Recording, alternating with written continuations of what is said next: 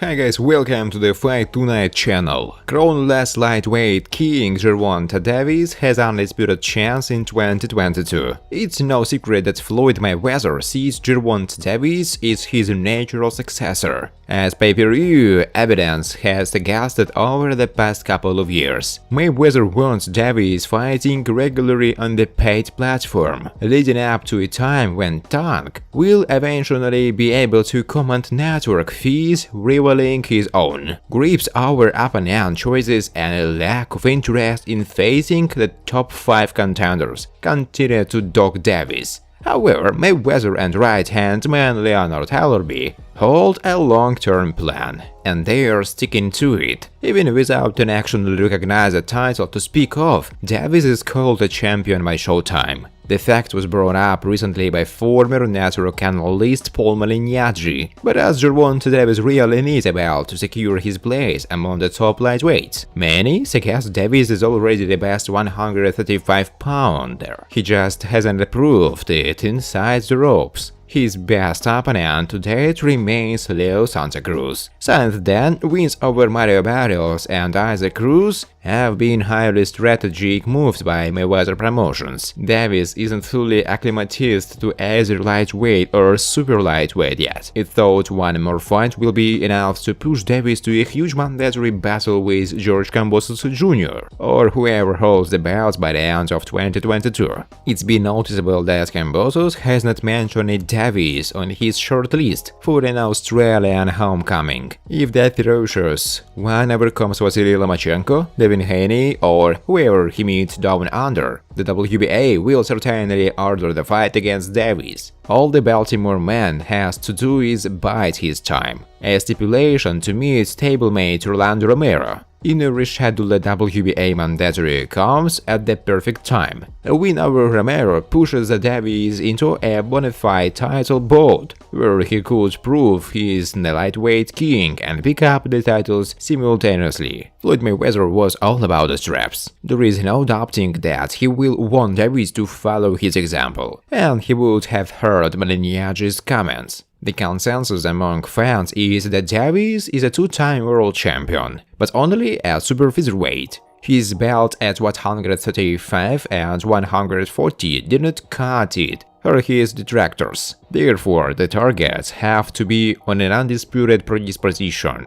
Davis and Mayweather will be keeping their fingers crossed that Kambos vs Haney happens, so they have a one-fight plan after Romero to become undisputed. As previously explained by WBN, the WBA will order Kambos to fight Davis this year. So if Kambos and Haney call lead for all the marbles, Davis will be the instant mandatory to the winner. Friends, before starting to watch this video, I would like to ask you to subscribe to my channel. If you really enjoy the content, then please subscribe to my channel and keep watching the videos. If you are subscribed, then you receive notifications about the release of new videos. You do not even have to look for anything personally. I really want to get 100 subscribers on my channel. I'm trying very hard, absolutely every day, and I need your support. Your likes, comments, reposts to social networks. Thanks to everyone who subscribes to my channel. You are my support.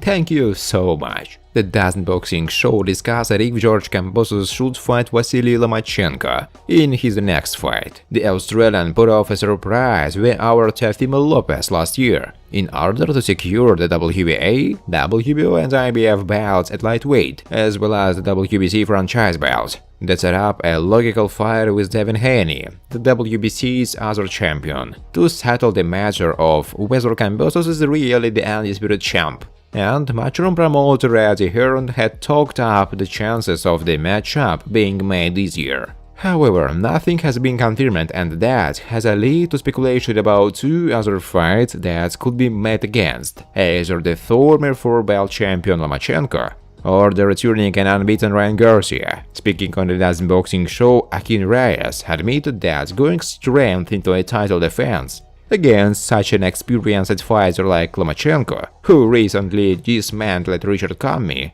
is brave of Kambos. Credit to Kambos if he's willing to fight Lomachenko, that Loma who came from the Comey fight, the first time defending those fights. Obviously, Kambos wants to ride that wave. Obviously, I'm not saying he is a one-hit wonder. If I'm his manager, I'm against that. Barack Bass suggested that if the Ryan Garcia fight could not be made, then the current champion should not be made to wait to get back in the ring, asking, if Ryan's not ready, why not fight a tough fight? Chris Mannix agreed, pointing out that with the unpredictability of boxing, particularly at lightweight in recent years, moving straight to a high-profile defense might be the pragmatic option regardless of the high risk. However, he acknowledged that a placeholder fight could suit his ambitions too. Kambos has to be financially smart, he said. This is maybe his one opportunity to cash that lottery ticket. If you have to take a victory lap fight